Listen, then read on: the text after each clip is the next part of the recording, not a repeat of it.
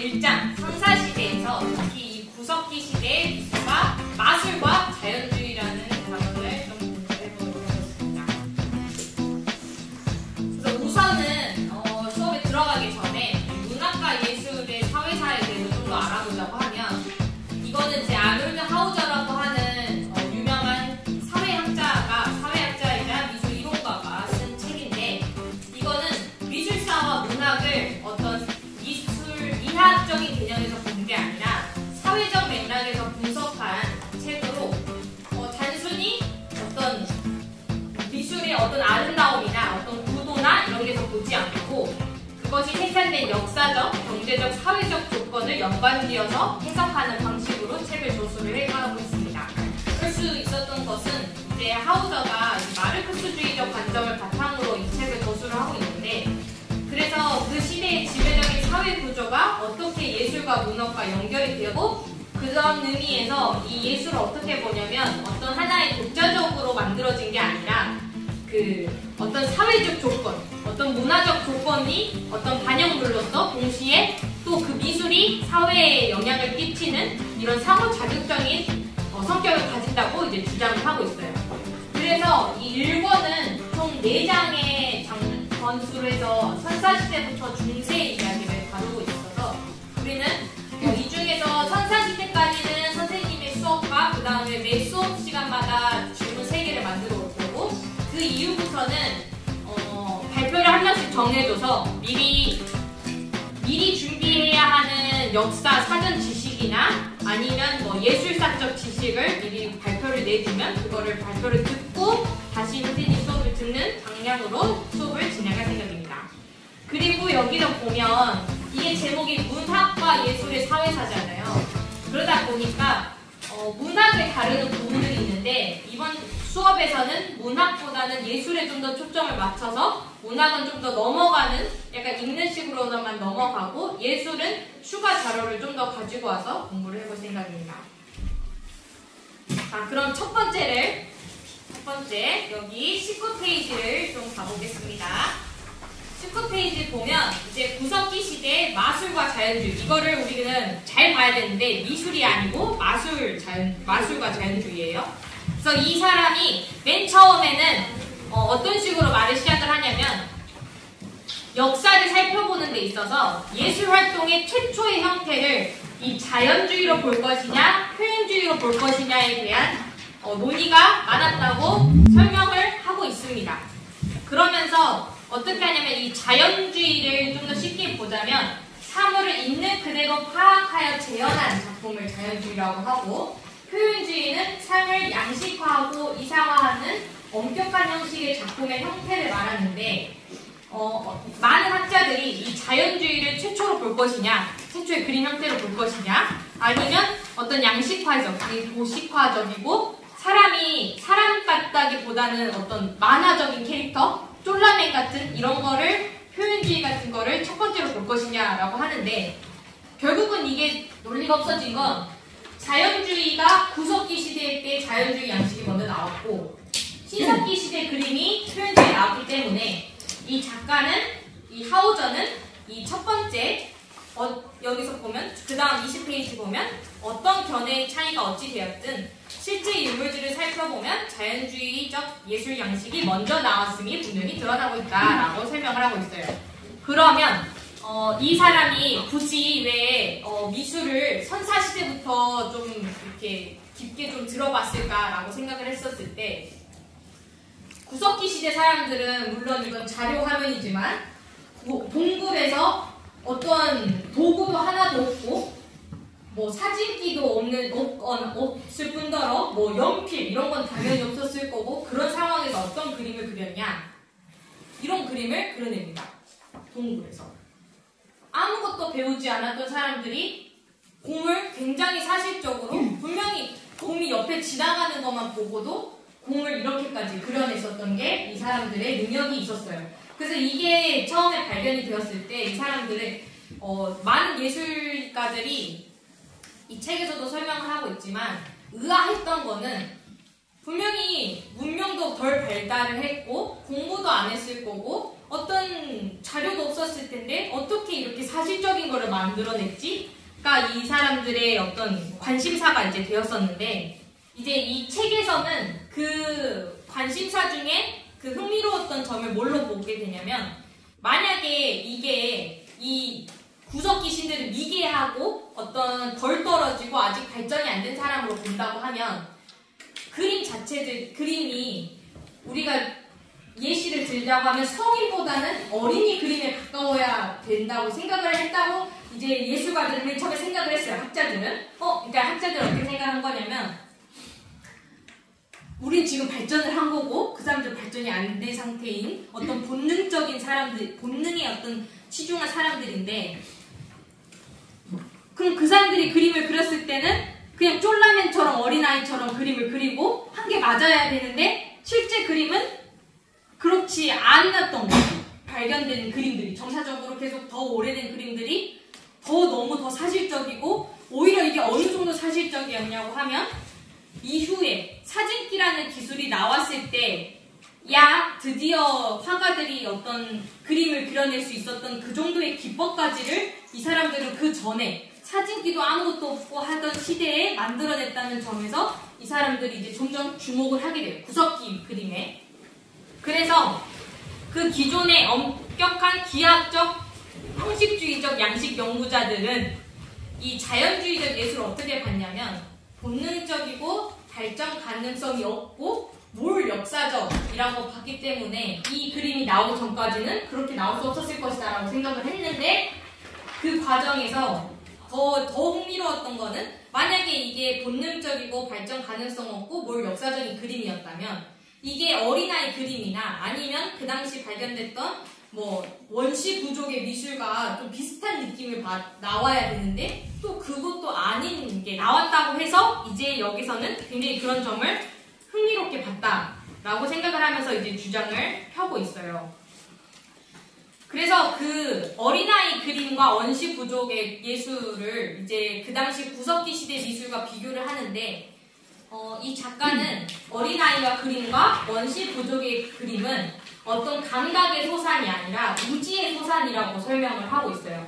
이 이지는 백과사전에서는 이성과 지혜를 아우러 이르는 말로, 또는 본능이나 감정에 지배되지 않고 지식과 윤리에 따라 사물을 분별하고 깨닫는 능력인데, 주로 뭘 하냐면, 이 어린아이랑 원시 부족, 그러니까 이 어린아이와 원시 부족의 그림은 조금 더 이 구석기보다 훨씬 이후의 그림을 말을 하는 거예요. 좀 더 이제 문명이 발달한 이후, 그 사람들은 실제로 눈에 보이는 것을 그리는 것이 아니라 그들이 알고 있는 것을 그렸다고 말해요. 그리고 시각에 들어온 모습을 그대로 그리는 게 아니라 대상에 대한 이론적 종합을 제시한다고 말을 하는데, 이걸 반대로 살펴보면 구석기 사람들은 실제로 눈에 보이는 것을 그렸고 시각에 들어온 모습을 그대로 그렸다는 게 이 구석기인들의 특징이에요. 이게 굉장히 아무것도 아니어 보이지만 우리가 쉽게 보면 머릿속에 나무를 그려라 하면 딱 떠오르는 그 모양이 있지. 나무 기둥이 있고 파란 이파리가 있고, 이거를 우리는 어떤 알고 있는 것을 그린다고 말을 하는 게 우리가 그렇게 그리는 거고, 근데 구석기는 그렇게 그리지 않았다는 거야. 그러니까 밖에를 봤었을 때 내 눈에 보이는 그냥 나무, 어떤 곳에서 보이는 나무가 다 달라 보이는 그 모습을 그렸다는 건데, 예를 들어 어떤 구석기는 산 위에서 살았다. 그러면 나무를 그릴 때 위에서 보기 때문에 그냥 동글동글한 나무가 그려질 수 있었던 거고, 근데 우리는 어떻게? 어린아이들도 자 나무 그려보세요 하면 델토프한테 그려보세요 하면 그냥 바로 어떻게 나오냐면 이렇게 해서 그냥 쉽게 그리면 이렇게 그림을 바로 그릴 수 있죠. 바로 내 눈앞에 그 나무도 없어도. 이게 문명화돼서 이렇게 그릴 수밖에 없었다고 이 작가는 주장을 하는 거고, 그렇기 때문에 구석기인들은 실제로 눈에 보이는 것을 그리고 시각에 들어온 모습을 그렸다는 점을 말하고 있는데, 그럼 왜 이게 중요하냐? 왜 이런 점을 그렸다는 게, 구석기인들이 이런 거를 그렸다는 게 중요하냐? 그 이유가 구석기 시대의 그림에서는 어떤 시각적인 인상, 그리고 스냅 사진과 같은 동작 묘사가 이 작품에서 나타났다고 설명을 하고 있는데 기원전 15,000년경 그러니까 지금 흐르고 나서부터도 15,000년이 더 이전에 사람들이 지금도 이렇게 그리라고 하면 많은 화가들이 연습을 해야 이 정도를 그리는데 그 당시에 그냥 보고 그렸던 기술들이 이 정도 점을 이제 엄청나게 높이 사기 시작을 한 거였었어요. 특히 눈에 보였던 것을 그리려고 했다라고 이제 중요하게 여겼던 거는 이런 모습이 이후에 쭉 흘러서 중세를 거쳐 르네상스를 계속 미술을 발전해왔는데 르네상스를 거치고 신고전주의를 거치고 나서 그리고 19세기가 돼서야 인상주의가 나오면서 이런 동작들이 그려지기 시작해요.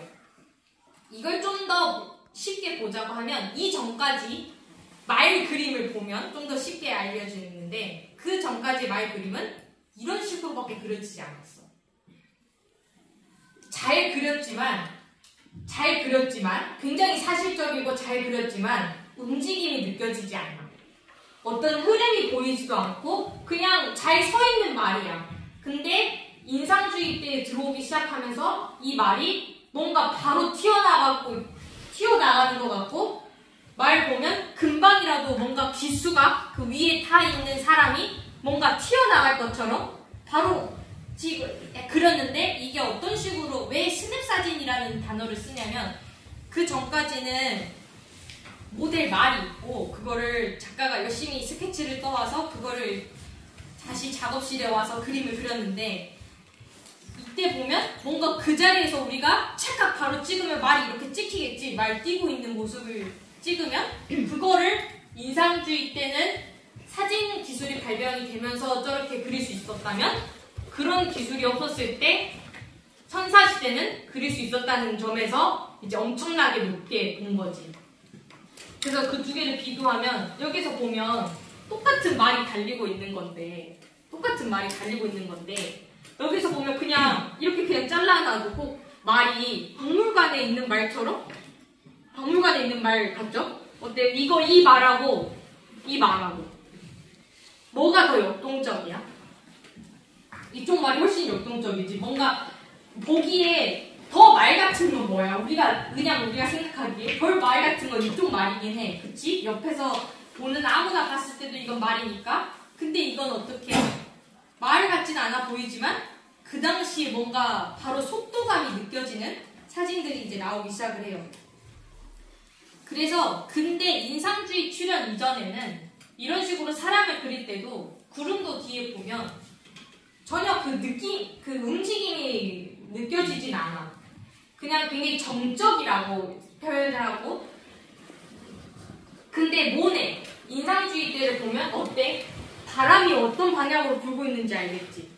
바람이 불면서 여자의 치마가 흔들리고 그 어떤 면사포 같은 걸 쓰고 있는 과정에서 이게 얼굴을 이렇게 스치고 있고 뒤에 구름이 딱 움직이는 어떤 부분인지 다 이렇게 머릿속에 그려지고 있는 것 같지? 근데 옆에는 어때? 꼭 그냥 무대에서 세트장에서 여자와 남자가 이렇게 서 있는 그게 이제 근대 인상주의 출현 이전에는 이런 식의 그림이 그려졌다면 이후에는 인상주의에는 이런 식의 그림이 그려졌는데 이 책에서는 23쪽의 중간쯤에 보면 구석기 시대의 자연주의 미술의 특징은 근대 인상주의가 출현하기까지는 유래를 찾아볼 수 없을 만큼 직접적이고 순수하며 어떠한 이지적인 작용이나 제약도 받지 않은 형태로 시각적 인상을 재현하고 있다는 사실이다. 쭉 내려가서 따라서 인상주의에 대한 이해가 없는 이들의 눈에는 흔히 구석기 시대 그림들이 잘못 그려졌거나 불가사의하게 보여지는 것도 무리가 아니다 라고 설명을 하고 있어요. 그러니까 인상주의를 좀 알아야 이 작품이 다시 보이기 시작을 하기 때문에 인상주의를 좀 더 공부를 하고 넘어가 보도록 하겠습니다. 인상주의는 19세기에 나오는 이제 미술 사조로 주로 이들이 연구를 계속 하고자 했던 부분은 해야의 본질은 무엇인가 였어요. 그래서 이제 1874년에 회화의 본질은 무엇인가라는 질문을 가지고 30명의 예술가들이 모여서 그 당시에는 화가가 되려고 하면 살롱전이라는 어떤 전시회에 작품을 출품을 해서 거기서 상을 받아야 내가 이제 정식 화가가 됐다였는데, 이런 그 당시의 작품에서는 딱 봐도 모든 심사위원들이 얘 잘 그렸다라는 기준이 다 똑같았어. 그러니까 그런 그림들이 어떻게 돼? 다 똑같은 그림이 나올 수밖에 없는 상황에 이 화가들은 거기에 대한 반발과 어떤 그런 심사에 반대해서 자기들끼리 민간 전시회를 열고 그 전시회를 시작으로 인상주의라는 사조가 나타나게 돼요. 그래서 우리가 주로 잘 아는 모네, 르누아르, 드가, 피사로 등의 이제 작가들이 여기 해당이 되는데, 인상주의가 이렇게 새롭게 대두될 수 있었던 배경을 살펴보자면 이 사진의 배경과 그 다음에 일본 우키요에가 들어왔다는 점, 그리고 튜브 물감이 만들어졌다는 점, 이 세 가지가 큰 요인으로 작용을 하는데, 그 중에서 우리는 이 책에서도 다루고 있는 이 사진의 발명에 대해서 좀 더 알아보면 왜 인상주의 때 그런 여러 모습, 약간 움직임을 작품에 담을 수 있었는지를 알 수 있습니다. 그래서 이 예술성이라는 맥락에서 사진은 미술 전반에서 있어서 약간 분리될 수도 없고, 그 다음에 오늘날의 이 어떤 시각 문화에서도 중요한 비중을 차지하고 있는데, 처음에는 회화와 이 사진이 어떤 애증의 관계였어. 어떻게 보면 서로 사진은 안 그랬을 수 있지만 회화의 입장에서 사진은 그렇게 달갑지 않은 상태였어.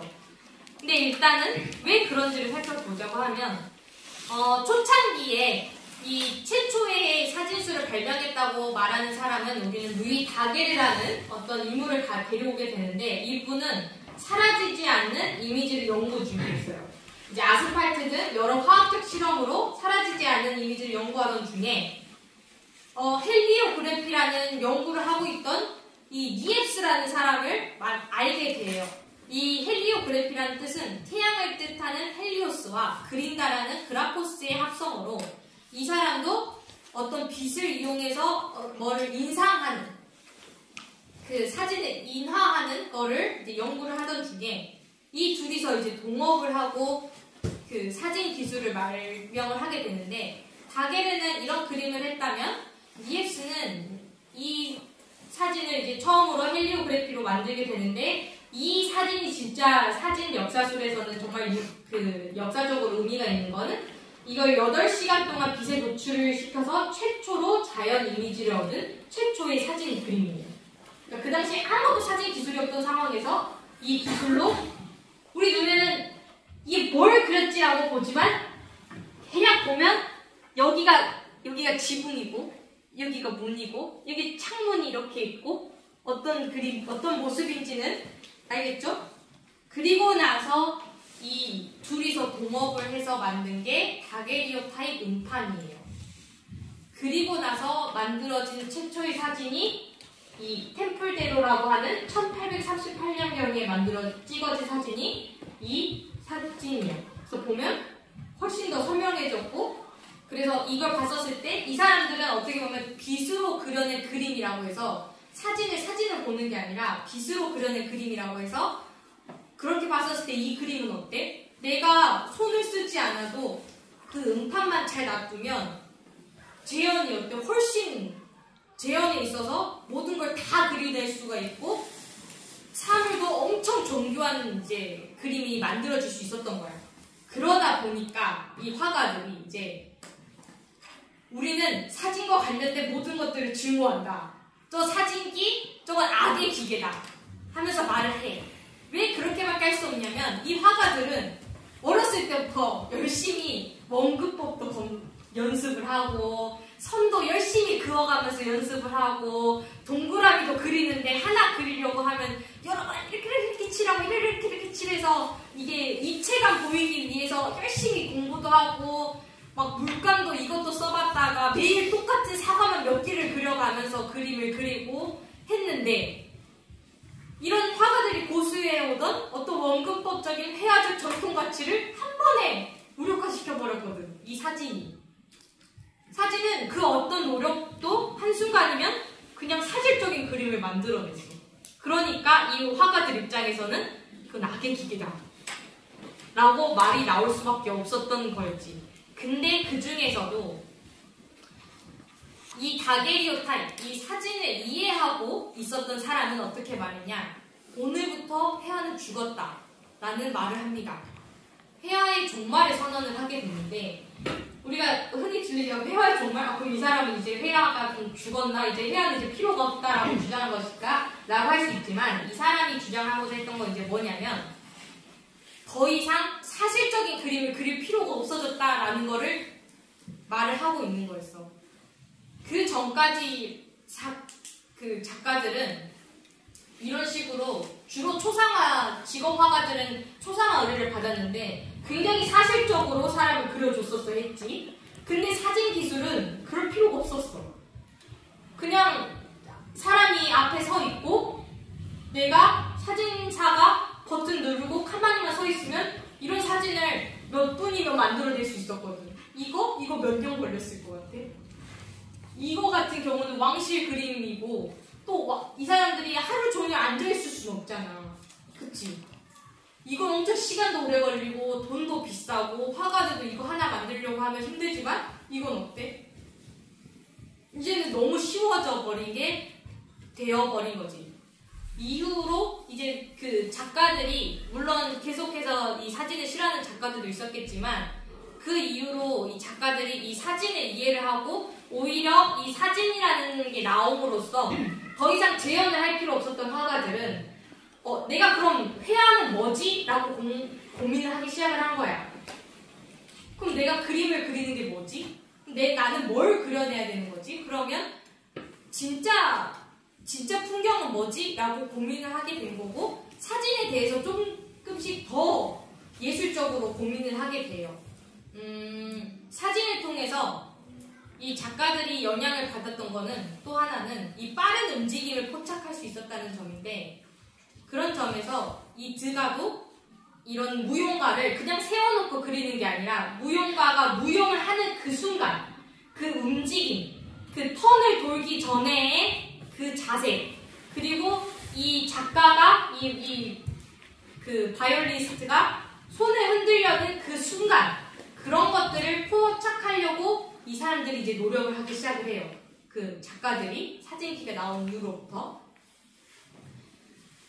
그러면서 이 움직임에 대한 연구들이 계속 이어졌는데 그 움직임에 대한 연구에 있어서 말에 대한 움직임이 대표적으로 사진과 인상주의의 그 작품에 있어서 어떤 가장 큰 논란 이슈를 가져왔던 건 이 제리코의 앱솜 데비 더비라고 하는 작품을 가지고 와요. 이거를 왜 가지고 왔냐면 우리가 23쪽을 보면 여기서도 보면 22쪽에 작가가 사진 두 개를 가지고 오는데 첫 번째 그림이 그 구석기 시대 때 그려진 말이라면 아래는 이제 인상주의 때 그려진 그림인데 이거를 가지고 오면서 이 제리코의 앱솜 더비라는 그림을 실진 않았지만 이거를 언급을 하고 있어요. 그 이유가 뭐냐면 이분도 1821년도에 이 그림을 그렸는데 말 다리가 어때?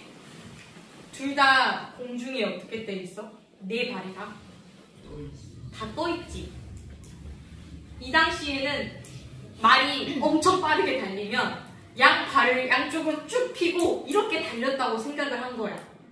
뭔가 속도감은 느껴지긴 하지, 그치? 근데 이게 어떻게 하면서 약간 논란이 났냐? 머리 브릿지라는 사람이 이 달리는 말을 사진을 연속 촬영을 찍어본 거야. 사진 기술이 점점 발전을 해감에 따라서. 근데 보니까 말이 달릴 때는 그 한순간이라도 다리가 공중에 양쪽에 다 떠있는 경우가 없었던 거야. 사진 기술로. 그러면서 이 제리코의 그림이 다시 뭐야 이거는 봐봐 어때? 실제 말은 이렇게 보면 어때? 발이 양쪽에 떠 있는 경우도 있어. 근데 떠 있는 경우에는 발이 오므라 이렇게 굽여져 있지. 이게 말인 거야. 이거는 생각해낸 말인 거야. 이거는 그러니까 어떻게 된 거냐면 이게 왜 중요하냐면 이게 실제 말인 거죠. 어떻게 보면 그치? 이게 실제 말인 거잖아. 사진으로 찍은 이게 실제 말이 이렇게 걸어. 근데 이거 뭐야? 내가 생각한 말인 거야. 근데 구석기는 어떻게 했다고? 내가 생각해낸 말을 그린 게 아니라 이런 말을 그려내. 그것도 사진 기술이 없었던데. 말 달리는 거 본 적 있어요? 아니 영상? 너무 빨라서 발이 잘 보이지 않아. 생각보다. 그치? 발이 우리가 지금 이렇게 사진으로 보면 알겠지만 이거는 컷 해서 보여주고 있지만 실제로 말을 달리는 걸 보면 한쪽 다리가 뭐 떨어져 있는지 두 쪽 다리가 다 굽어져 있는지 어떤 식으로 하는지 볼 수 있었을까? 없었을 거란 말이야. 근데 그런 상황에서 이 구석기인들은 그런 능력이 그 구석기인들한테는 그걸 볼 수 있었던 능력이 있었다는 거지.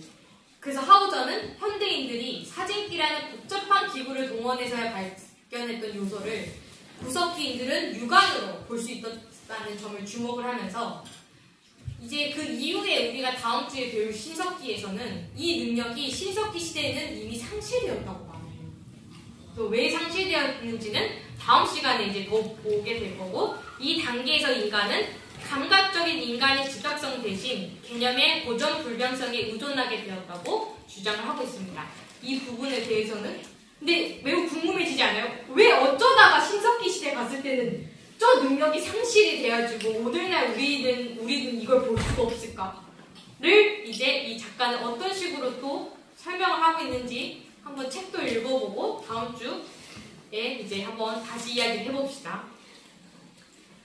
이제 그 다음으로 넘어가서 그럼 이제 이런 그림이 나올 수 있었던 어떤 동기랑 어떤 왜 무슨 목적으로 생겨났을지를 이제 살펴봐야 되는데 그럼 이게 어떤 기록을 통해 여기 보면 기록을 통해 보존하고 또 재현하지 어떤 그리지 못하고서는 못 베길 그런 삶의 희열을 표현한 것인가 아니면 어떤 내가 이거 좀 그리고 싶은데 막 그리고 싶은데 이게 어떤가 아니면 내 집 동굴이 집이었을 거니까 그 동굴을 장식하기 위한 장식용이었는가 아니면 좀 여기서 여가의 선물이라는 거는 좀 이제 쉬는 거야. 오늘 사냥이 어제 좀 많이 해놨으니까 오늘 시간이 좀 남았으니까 한번 좀 그림 좀 그려볼까? 이거였는가? 아니면 어떤 실용적인 목적이었는가? 라고 했었을 때 이 하우저는 그 동기와 목적으로 마술이라는 개념을 가지고 와요. 이게 좀 더 설명을 해서 들어가자면 그 당시에 작가라고 하면 그 당시에 이 그림을 그렸던 작가, 예술가는 원시적 수렵인들이었겠죠? 수렵인이 뭐야? 수렵인은 사냥을 해먹고 그 농사를 짓는 게 아니라 그 열매를 따먹고 그다음에 먹을 거를 가지고 와서 살아가는 사람들인데 이 신석기가 오기 전까지의 구석기인들을 보면 이 사람들이 아직 제대로 조직화되지 않은 유동적인 사회생활 그러니까 아직까지는 아침에 일어나서 몇 시간이 되면 사냥이 나오니까 사냥을 떠날 거고 이런 게 아니라 그냥 오늘 일어났으니까 오늘 나가는 거고 오늘은 좀 비가 오니까 좀 추우니까 오늘은 좀 안에 있었다가 이런 유동적인 생활을 했었을 거고 아직까지는 무리를 지어서 부족을 만들고 이런 게 아니라 그냥 가족끼리 엄마 아빠 할머니 정도까지만 되는 원시적인 개인주의의 단계였을 거고 그 다음에 모든 만사가 생존을 위한 노력이었을 것이다 라는 가정하에 봤었을 때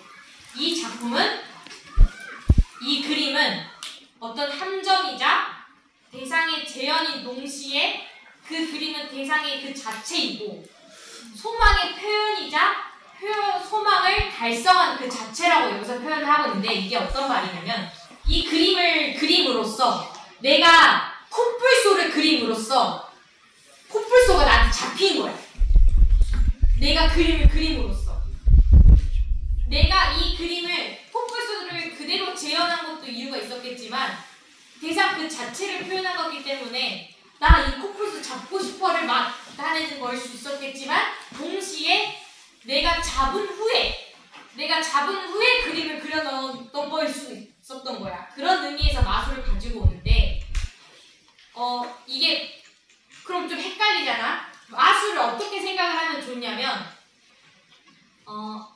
주술이라고 생각을 하면 좀 더 편해.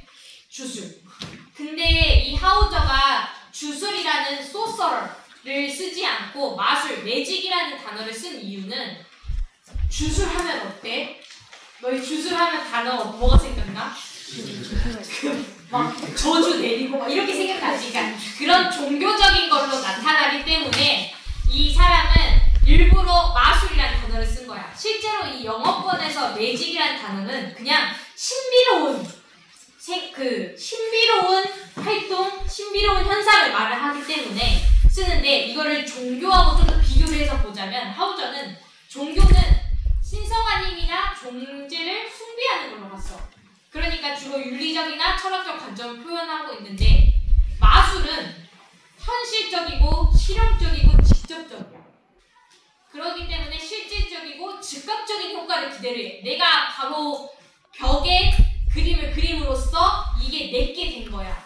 그래서 이 책에서는 예시가 어떻게 되냐면 26쪽에 인디언들의 어떤 사고방식으로 이 예시를 들고 있는데 어떤 인디언이 탐험가가 노트에다가 이렇게 들소를 그리는 걸 보고 이렇게 말을 했대. 저 사람이 우리네 들소를 여러 마리를 자기 책에 넣어간 것을 나는 안다. 저 책에 우리 들소를 넣어갔다. 그러면서 내가 그 현장을 보았으니까 그 후로 우리는 들소 구경을 할 수 없더라 라고 말을 해. 그러니까 이 사람들은 내가 그림을 그림으로써 내가 이 코뿔소를 소유를 했고 아니면 코뿔소를 잡고 싶어 했고 그거를 마술의 어떤 행위로 봤다는 거지. 어떤 느낌인지 알겠어? 그러니까 내가 이제 이걸 소유를 하게 된 거야. 그러다 보니까 어떤 초자연적인 힘을 조작을 하고 그래서 현실 세계를 통제하거나 원하는 결과를 얻으려는 행위가 목적이 되고 집단적 종교는 어때? 다 같이 모여서 하나를 위해서 막 기도를 올리고 하지. 그게 아닌 거야.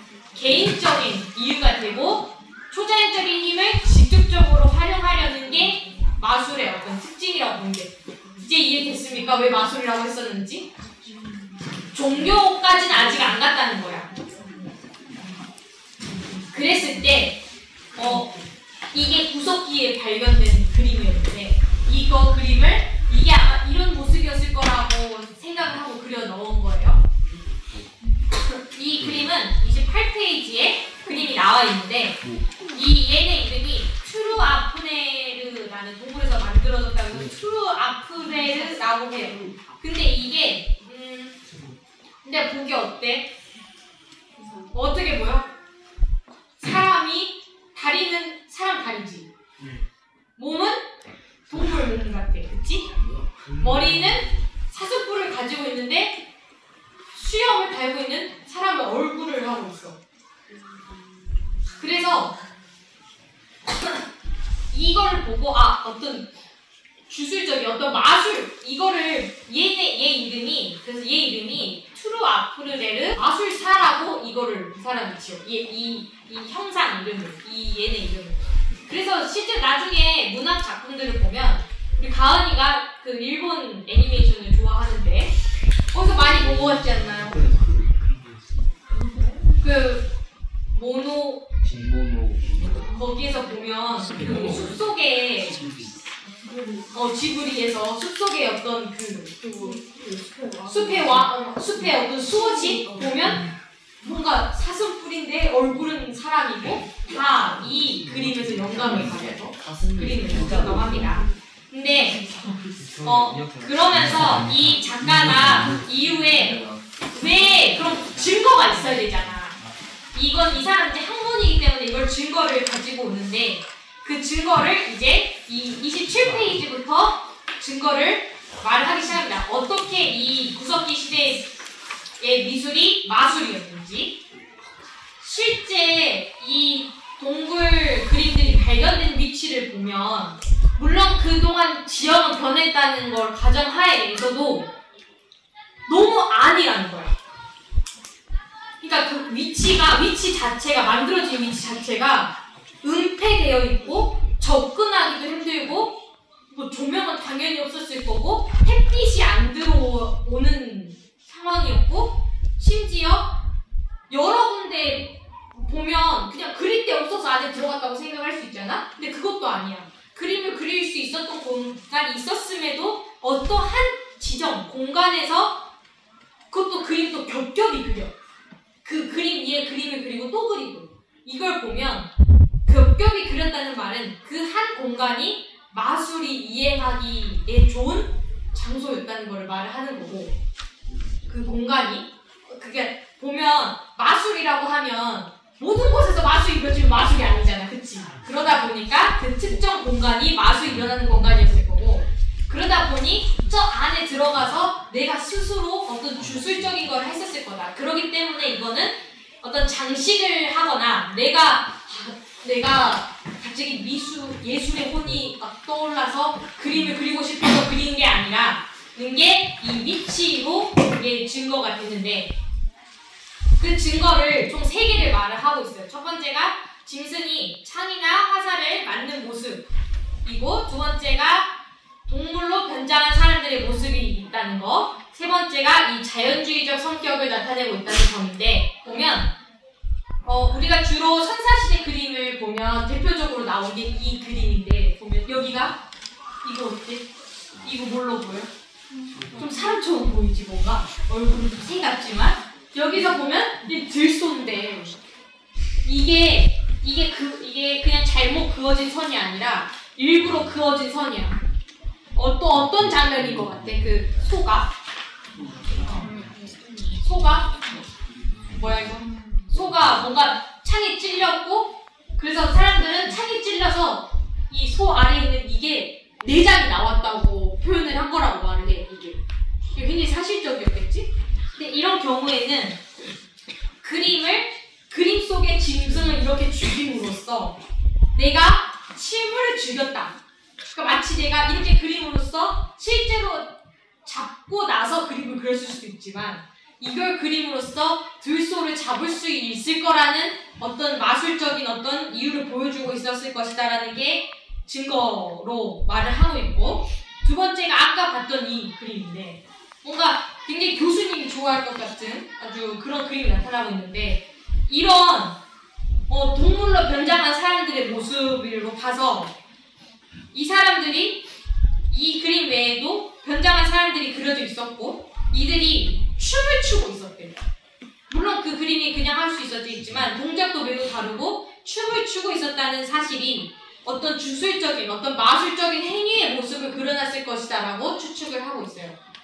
세 번째가 이제 조금 더 어려운데, 우리가 맨 처음에 배웠을 때 이 구석기 시대의 그림은 자연주의적 예술이다 라고 배웠잖아요. 근데 이게 서로서로 이게 연관이 될 수 있었던 거는 뭐냐면, 가정을 해보는 거야.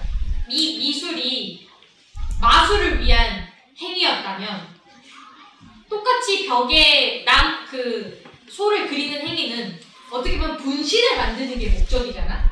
똑같은 분신을.